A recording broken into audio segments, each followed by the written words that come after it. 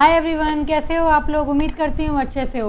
So guys, आज की video में हम लोग क्लास 12th हिस्ट्री का चैप्टर नंबर 2 राजा किसान और नगर को स्टार्ट करने वाले हैं, क्योंकि हम लोग चैप्टर नंबर 1 हड़प्पा सभ्यता को पढ़ चुके हैं। और जो बच्चे चैनल पर न्यू हैं वो लोग पहले हड़प्पा सभ्यता को पढ़ कर आए, फिर इस चैप्टर को देखें, क्योंकि आपको समझ ही नहीं आएगा बेटा, क्योंकि chapter number 1 chapter number 2 linked है एक दूसरे से, क्योंकि इसलिए सीक्वेंस में इसको लगाया गया टाइम पीरियड वाइज। इसलिए जो बच्चे न्यू हैं वो लोग पहले हड़प्पा सभ्यता को देख कर आए, फिर चैप्टर नंबर 2 को देखें। तो गाइज स्टार्ट करते हैं चैप्टर नंबर 2, जिसका नाम क्या है आपका, राजा किसान और नगर। तो गाइज, जो हमने चैप्टर नंबर 1 पढ़ा था उसमें आप लोगों ने क्या पढ़ा था, हड़प्पा सभ्यता, उसकी विशेषता पढ़ी थी ना, जल निकास प्रणाली, गृह स्थापत्य कला, ये सब चीज़ें पढ़ कर आए थे। तो बेटा जो आपको पता है कि जो आपकी फर्स्ट बुक है उसका टाइम पीरियड क्या है, 600 ईसा पूर्व से 600 ईस्वी का टाइम पीरियड है, जो आपको स्क्रीन पे दिख रहा होगा। तो हम लोग जो फर्स्ट बुक है ये हमारी इसी टाइम पीरियड में घूम रही है, 600 ईसा पूर्व से लेके 600 ईस्वी। तो मैंने हड़प्पा सभ्यता जब आपको पढ़ाया था तो उसका टाइम पीरियड क्या था, 2600 से 1900 ईसा पूर्व। तो इस टाइम पीरियड को हम लोग अब पढ़ चुके हैं। अब देखो, अब इसके बाद जो टाइम पीरियड आया था उसके बारे में कोई जानकारी ही हमें नहीं मिली, मतलब कि अज्ञात काल था। मतलब हड़प्पा सभ्यता जब खत्म हुई, इसके बाद जो टाइम पीरियड आया उस टाइम पीरियड के बारे में कुछ पता ही नहीं लगा, क्योंकि कोई साक्ष्य नहीं मिले, ना बुक्स मिली, ना उस टाइम पे कोई इमारतें, ना अभिलेख, कुछ भी नहीं मिले। तो इसलिए उस टाइम पीरियड को क्या बोलते हैं, अज्ञात काल। तो 1900 से 1500 ईसा पूर्व को अज्ञात काल बोलते हैं, क्योंकि इस टाइम पे कौन शासन कर रहा था, इस टाइम पे व्यवस्था कैसी थी, वहाँ की कुछ पता ही नहीं लग पाया, इसलिए इस टाइम पीरियड को अज्ञात काल बोलते हैं। देन 1900 से 1500 तो गया। देन अब 1500 के बाद जो टाइम पीरियड था वो कौन सा था, वैदिक युग। वैदिक युग का मतलब गाइस कि इसी पीरियड में आपके वेदों की रचना की गई थी। आपके कितने वेद हैं आप लोग जानते भी होंगे, आप लोग के 4 वेद हैं, है ना। उसके बारे में आगे अभी आपको बताऊंगी भी। सो गाइस, इस चैप्टर में आप लोग वैदिक काल के बारे में पढ़ोगे। जैसे मैंने जब हड़प्पा सभ्यता पढ़ाया था तो मैंने आपको क्या बताया था, ये कौन सी सभ्यता थी, शहरी सभ्यता थी, है ना। तो आप आज की क्लास में जो सेकंड चैप्टर है ये ग्रामीण सभ्यता के बारे में अब आप पढ़ोगे। किसका, ग्रामीण सभ्यता। तो इस चैप्टर में आप प्रॉपरली वैदिक युग के बारे में पढ़ने वाले हो। किसके बारे में, वैदिक युग के बारे में। तो देखो इसमें हम लोग क्या देखने वाले हैं। सबसे पहले बात तो आपको पता होना चाहिए कि जो वैदिक काल है इसको 2 पार्ट्स में डिवाइड करते हैं, और इसका जो टाइम पीरियड है मेनली क्या है, 1500 से 600 ईसा पूर्व। क्या है वैदिक युग का टाइम, 1500 से 600 ईसा पूर्व। और इस टाइम पीरियड को ग्रामीण सभ्यता ही बोलते हैं, और इस चैप्टर में आप लोग इसी के बारे में पढ़ने वाले हो। सो गाइस, इसको 2 पार्ट्स में डिवाइड किया गया है, ऋग्वैदिक काल और उत्तर वैदिक काल। सो गाइस, ऋग्वेद काल में ऋग्वेद की रचना की गई थी। आपको पता है आपके 4 वेद होते हैं ऋग्वेद। ऋग्वैदिक काल में आपको पता ही है आपके 4 वेद हैं, अथर्ववेद, सामवेद, यजुर्वेद और ऋग्वेद। ठीक है, तो ऋग्वेद में गाइस किसकी रचना की गई थी, ऋग्वैदिक काल में ऋग्वेद की रचना की गई थी। ये आपका सबसे पुराना ग्रंथ है, इंडिया का ही नहीं विश्व का सबसे पुराना ग्रंथ है, क्योंकि सबसे पहला ग्रंथ अगर कोई लिखा गया था तो वो ऋग्वेद लिखा गया था। कब लिखा गया था, 1500 से 1000 ईसा पूर्व। देन आपका उत्तर वैदिक काल है, तो बाकी जो 3 वेद है आपके उनकी रचना उत्तर वैदिक काल में की गई थी। कौन कौन से, अथर्ववेद, सामवेद और यजुर्वेद की। ठीक है, तो आपको पता होना चाहिए कि वैदिक युग को 2 पार्ट्स में डिवाइड करते हैं, ऋग्वैदिक काल और उत्तर वैदिक काल। और उत्तर वैदिक काल में ही गाइस महाजनपद काल का उदय हुआ था, और इसी टाइम पीरियड में बौद्ध धर्म, जैन धर्म, इन सब की स्थापना हुई थी। तो सब इस चैप्टर में हम लोग पढ़ेंगे, तो वीडियो में लास्ट तक बने रहिएगा ताकि आपको सारा कंटेंट अच्छे से समझ आ जाए। उसके बाद देखो, जब हड़प्पा सभ्यता के पतन के बाद कौन सभ्यता आई, वैदिक सभ्यता। ठीक है, क्योंकि अज्ञात काल के बारे में कुछ पता ही लगा, और उसके बाद कौन सभ्यता आई, वैदिक सभ्यता। अब देखो, अब वैदिक सभ्यता के बाद कौन सा टाइम पीरियड आया, महाजनपद काल। कौन सा टाइम पीरियड आया, महाजनपद काल। और देखो अब लोह युग बोलते हैं इसको। क्या, जिस टाइम पीरियड के बारे में आप इस बुक में पढ़ रहे हो वो कौन सा टाइम पीरियड है, 600 ईसा पूर्व से 600 ईस्वी। मतलब जो आपकी फर्स्ट बुक है पार्ट 1, वो पूरी बुक ही का टाइम पीरियड क्या है, 600 ईसा पूर्व से 600 ईस्वी के टाइम पीरियड के बारे में पढ़ने वाले हो। ठीक है, तो जिसमें से हम लोग 2600 से 1900 तो पढ़ चुके हैं, अब उसके आगे का टाइम पीरियड पढ़ेंगे। तो 1500 से, अगर मैं 1500 ईसा पूर्व से बात करूँ तो 1500 ईसा पूर्व से लेके 100 ईसा पूर्व तक के बीच में आप लोग महाजनपद काल हो गया, ऋग्वैदिक काल, इन सब के बारे में पढ़ने वाले हो। तो ये सब तो था टाइम लाइन कि जिसके बारे में आप लोग देखने वाले हो। तो देखो आगे स्टार्ट करते हैं हम लोग। तो सबसे पहले हम लोग देखेंगे कि यहाँ पे कितने वेद है, 4 वेद, ऋग्वेद, यजुर्वेद, सामवेद और अथर्ववेद। अब उसके बाद देखो, सबसे पहले मैंने आपको बताया था कि हड़प्पा सभ्यता के बाद कौन सा टाइम पीरियड आया, वैदिक सभ्यता। तो इसके बारे में थोड़ा जानते हैं कि वैदिक सभ्यता थी क्या। ठीक है, मैंने आपको बताया था कि वैदिक सभ्यता में वेदों की रचना की गई थी। सबसे पहली बात, हड़प्पा सभ्यता के बाद यही टाइम पीरियड आया, इसी टाइम पीरियड में वेदों की रचना की गई थी।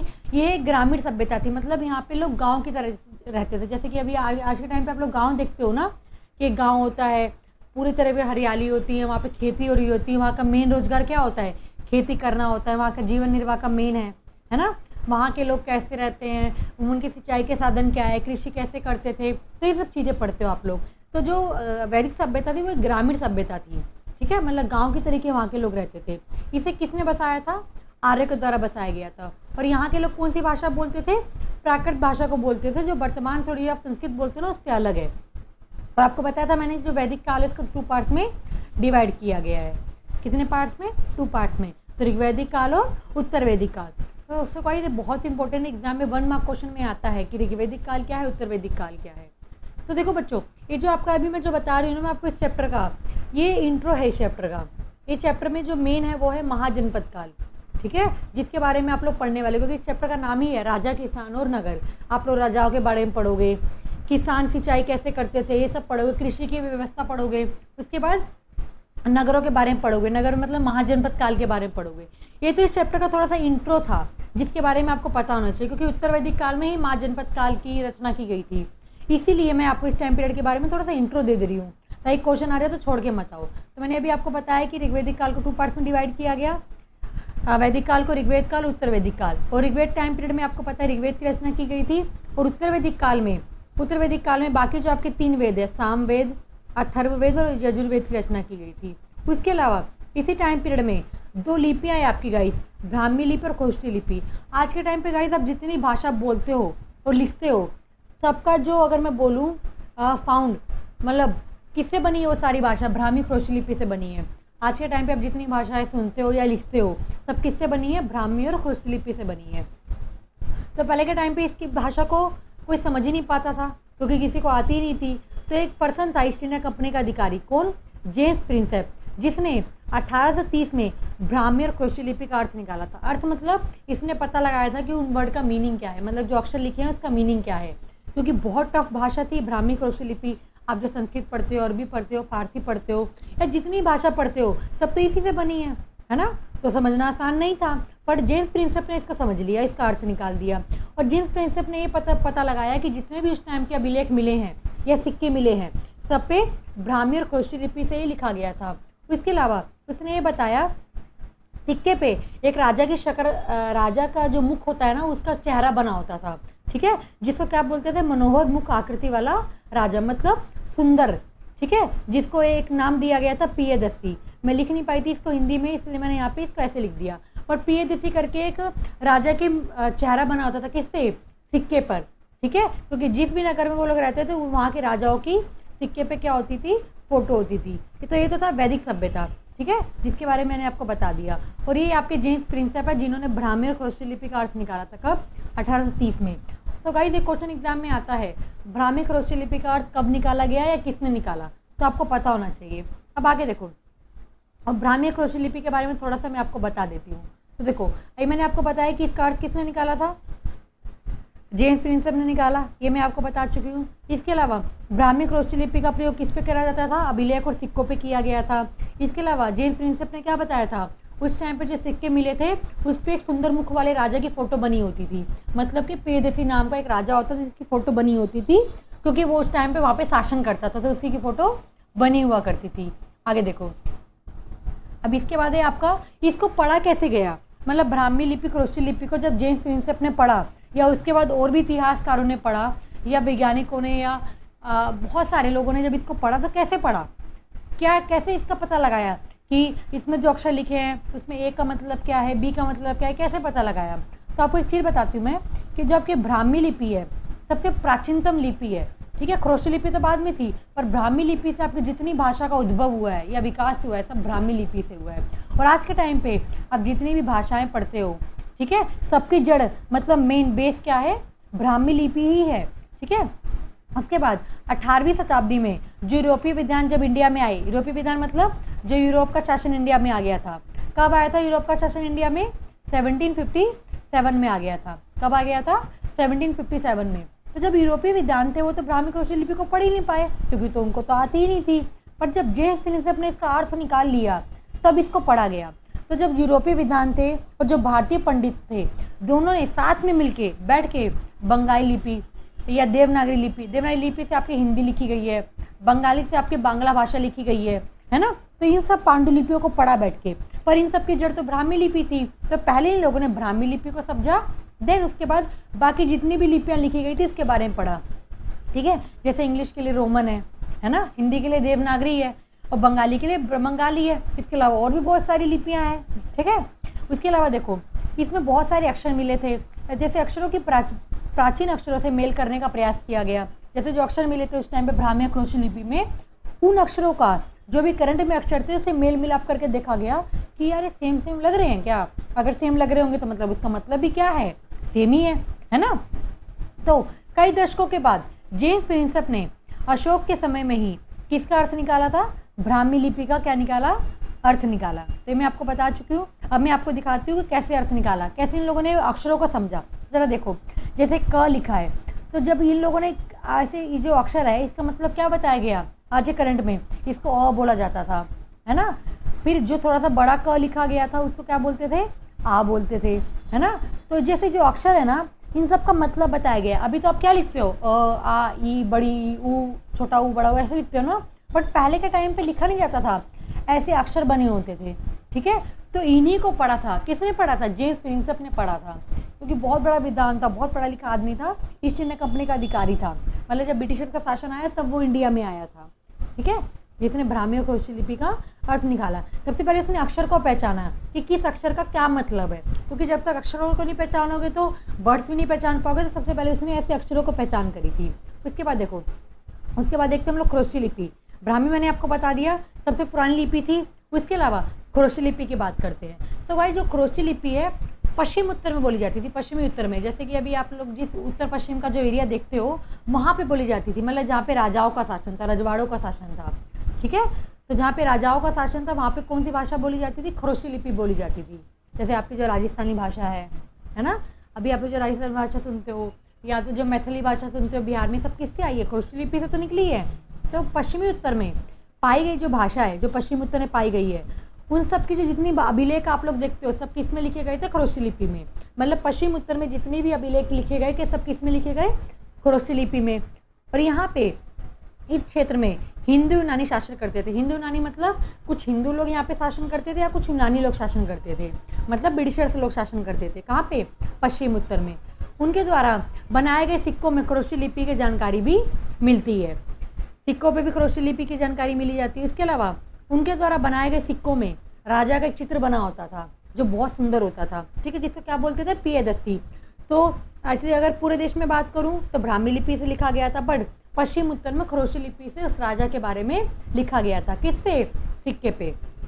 यूनानी भाषा पढ़ने वाले विद्वानों ने इनके अक्षरों का अपनी भाषा से मेल किया। उसके बाद जो यूनानी बाहर से आए थे, यूनानी कहाँ से आए थे, यूनान से आए थे। कहाँ से आए थे, यूनान से। यूनान से आपका सिकंदर आया था, वहीं से आपका सेल्यूकस आया था, है ना। और वहीं से आपका मैगस्थनीज आया था। मैगस्थनीज कौन सा, जिसने इंडिका की रचना करी थी। अभी हम सब बताऊंगी आगे, बहुत सारी बुक्स के बारे में पढ़ेंगे जिससे हमें महाजनपद काल के बारे में पता लगता है। मेन इस चैप्टर का जो आपका टॉपिक वो महाजनपद काल ही है, जिसमें आप लोग 16 महाजनपदों के बारे में पढ़ोगे। उसमें मगध के बारे में पढ़ोगे, मगध इतना शक्तिशाली क्यों था। इसके अलावा आप ये पढ़ोगे कि राजा कौन बन सकता था, राजा बनने का अधिकार किसको था, किसको नहीं था। उसके अलावा आप ये पढ़ोगे कि उस टाइम पे कृषि कैसे की जाती थी। ये सब मेन टॉपिक्स है इस चैप्टर के। ये मेन नहीं है जो मैं अभी आपको पढ़ा दूँ, यहाँ से तो सिर्फ 1 मार्क क्वेश्चन आएंगे अगर आएंगे तो। ठीक है, तो अभी उन्होंने क्या करा, अपने अक्षरों से इसकी पहचान करने की कोशिश करी।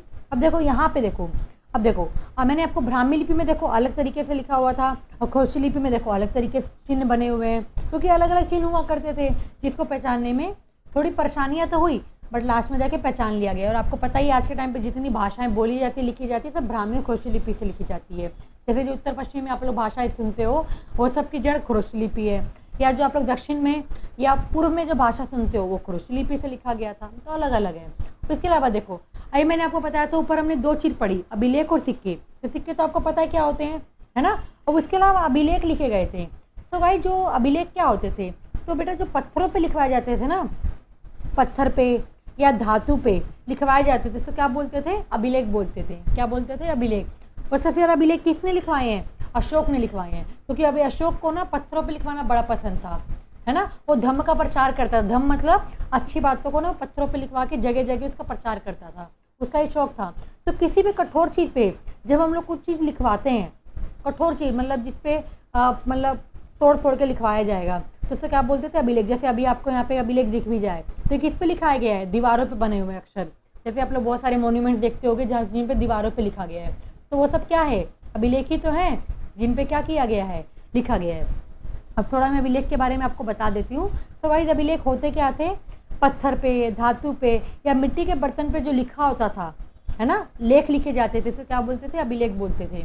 और जो भी व्यक्ति अभिलेख लिखवाते थे वो लोग क्या लिखवाते थे उसमें, अपने बारे में, अपनी उपलब्धियों को लिखवाते थे, अपने द्वारा किया जाने वाले कार्य को लिखवाते थे, अपने विचारों को लिखवाते थे। किस पे, अभिलेखों में। जैसे राजा को, जैसे कि अशोक ने लिखवाया, तो अशोक ने क्या लिखवाया उस पर, अपने बारे में भी लिखवाया, या उसके अलावा इंडिया के बारे में भी कुछ लिखवाया। जैसे अभी आप लोग आज के टाइम पे अशोक स्तंभ देखते हो, तो वो सब कहाँ से लिखा गया है, अशोक ने तो बनवाया, सबसे पहले उसको अशोक ने बनवाया था। तो जो भी लोग अभिलेख को लिखवाते थे उसमें वो लोग अपनी उपलब्धियां, अपने द्वारा किए जाने वाले कार्य और अपने विचारों को लिखवाते थे। इसके अलावा अधिकतर अभिलेखों कौन लिखवाता था, राजा लिखवाते थे। उसमें वो लोग अपने क्रियाकलाप लिखवाते थे, जो उन्होंने विजय करी थी उसको लिखवाते थे, उन्होंने जो जो अभियान चलवाए थे, जिस धर्म को मानते थे, जिस संस्था को मानते थे, उसके बारे में वो लोग लिखवाते थे, या जहाँ पे उन्होंने दान दिया था उसके बारे में लिखवाते थे। जैसे कि अकबर ने अकबरनामा लिखवाई, जहांगीरनामा, बाबरनामा, सब बहुत सारी बुक्स लिखी गई हैं। ठीक है, तो कुछ को बुक्स में लिखा गया है, कुछ को पत्थरों पे लिखवाया गया है। क्यों लिखवाया गया है, ताकि बाद में लोग ना उसको ध्यान रखें, क्योंकि बुक्स तो क्या होती हैं, फट जाती हैं, और जो मॉन्यूमेंट्स वगैरह होते हैं जो पत्थर पे लिखवाए जाते हैं वो तो कभी ख़त्म नहीं होते ना, इसलिए। तो कुछ अभिलेख ऐसे थे गाइस जिस पे हमको तारीख भी मिली है। तारीख मतलब लिखा जाता था कि ये अभिलेख कब लिखे गए हैं। और मैक्सिमम अभिलेख किस में लिखे जाते थे, प्राकृत भाषा में। प्राकृत मतलब ब्राह्मी या क्रोशी लिपि में लिखे जाते थे। आगे देखो इसके बाद, अभी देखो, अभी यहाँ पे आपको दिख भी रहे होंगे अभिलेख, जैसे कि कोई पत्थर है जिस पे लिखा गया है, जैसे कि लेडी का साइन बना हुआ है, जेंट्स का साइन बना हुआ है, जानवरों का साइन बना हुआ है, या यहाँ पे आपको क्या दिख रहा है, ये राजा कवच होता है। जब वो लोग युद्ध करने जाता था तो ऐसे तरीके कवच पहनता था, ये उसकी तलवार है। और ये क्या है, सिक्के हैं, सिक्के पर राजा की फोटो बनी हुई है। इसके अलावा इस पीरियड में आप लोग कौन सा टाइम पीरियड पढ़ने वाले हो, 6वीं शताब्दी ईसा पूर्व का टाइम पीरियड पढ़ने वाले हो ना, क्योंकि मैंने आपको बताया था जो आपकी बुक है वाली कौन सी टाइम पीरियड की है, 6वीं शताब्दी ईसा पूर्व से लेकर 6वीं शताब्दी तक का टाइम पीरियड है। तो इस टाइम पीरियड को महत्वपूर्ण क्यों माना जाता है, ये मैं आपसे पूछती हूँ। तो इसी टाइम पीरियड में लोहे का प्रयोग किया गया था। किसका, लोहे का। आज के टाइम पे जो आप लोहा देखते हो उसका सबसे पहले प्रयोग कब किया गया था, 6वीं शताब्दी ईसा पूर्व में। तो इसका प्रयोग क्यों करते थे, खुदाई करने के लिए, सिंचाई करने के लिए। मतलब लोहे का मेन प्रयोग किस में होता था, मतलब हथियारों को बनाने में या जो कृषि के औजारों को बनाने में लोहे का प्रयोग करा जाता था। उसके अलावा सिक्कों का विकास हुआ, सोने के सिक्के बनाए गए, है ना, कुषाण शासकों ने जारी करे सिक्के को। इसके अलावा इसी टाइम पीरियड में बौद्ध धर्म हो गया, जैन धर्म हुआ, उनका विकास हुआ, जिन्होंने ब्राह्मण समाज से हटके और कोई भी विचारधारा लेकर है, क्योंकि पहले तो इससे पहले सिर्फ ब्राह्मण समाज था सिर्फ, बट उसके बाद बौद्ध धर्म आया, जैन धर्म आया, इस्लाम धर्म आया। इससे क्या हुआ, समाज में और भी धर्म आए, जिससे हमें पता लगा ब्राह्मण समाज में क्या कमियां हैं या क्या अच्छी बात है। क्योंकि सबको तो ब्राह्मण समाज अच्छा नहीं लगता होगा, तो जिनको अच्छा नहीं लगा उन्होंने अपने धर्म को छोड़ के बौद्ध धर्म, जैन धर्म या इस्लाम धर्म को अपना लिया। ठीक है, क्योंकि ब्राह्मण समाज में बहुत सारी कुरीतियाँ भी हैं जिनको लोग पसंद नहीं करते थे। इसी टाइम पीरियड में आपको पता ही है कि महाजनपद काल का उदय हुआ था। आपके टोटल महाजनपद कितने थे, 16 थे। सबके बारे में डिटेल में बताऊंगी, नेक्स्ट वीडियो में बताऊंगी, इसमें नहीं बताने वाली। ठीक है, महाजनपदों के नाम अलग अलग हुआ करते, जैसे मैंने आपको बोला कि 16 महाजनपद है, बट करेक्टली सब में 16 महाजनपद नहीं मिले हैं, बट कुछ कुछ सब में मिले हैं। जैसे कि मगध हो गया, कौशल हो गया, कुरु, पांचाल, गांधार और अवंती, ये सारी बुक्स में आपको मिल जाएंगे 16 में से, क्योंकि ये मेन महाजनपद थे, तो जिनके बारे में आपको सारी बुक्स में मिल जाएगा। तो भाई ये वाली जो वीडियो थी आपकी, इससे मैंने आपको क्या बताया, इंट्रो बताई चैप्टर का। ठीक है, कि हम लोग इस चैप्टर में वैदिक सभ्यता के बारे में पढ़ने वाले हैं, या महाजनपद काल के बारे में, या ख्रोष्टीर ब्राह्मी लिपि के बारे में। तो इस चैप्टर क्या था, बेसिक था। अब जो नेक्स्ट वीडियो आपकी आएगी इसमें मैं आपको बताऊंगी महाजनपद काल के बारे में। और इस चैप्टर का, इस बुक का, इस चैप्टर का सबसे इंपॉर्टेंट टॉपिक है महाजनपद काल, जहाँ से क्वेश्चन आता ही आता है। ठीक है, तो नेक्स्ट वीडियो में हम लोग महाजनपद काल को पढ़ेंगे और देखेंगे ये राजा कौन बन सकता है। तो वीडियो कैसी लगी कमेंट में मुझे बताना, अपने दोस्तों को भी शेयर करना, ताकि वो लोग भी इस वीडियो को देख सके, और आप लोग भी चैनल को जरूर सब्सक्राइब करना, ताकि आने वाले आपको जितनी वीडियोज़ हैं नोट्स की आपको मिल सके और आपको नोटिफिकेशन मिल सके। तो अपने दोस्तों को भी शेयर करना, ताकि उन लोग को भी थोड़ा बेनिफिट हो पाए। ठीक है, क्योंकि सब लोग एफर्ड नहीं कर पाते हैं ना, तो जो बच्चा घर बैठ के पढ़ना चाहता है वो लोग भी पढ़ सके। और वीडियो कैसी लगी कमेंट में मुझे बताना। Thank you everyone.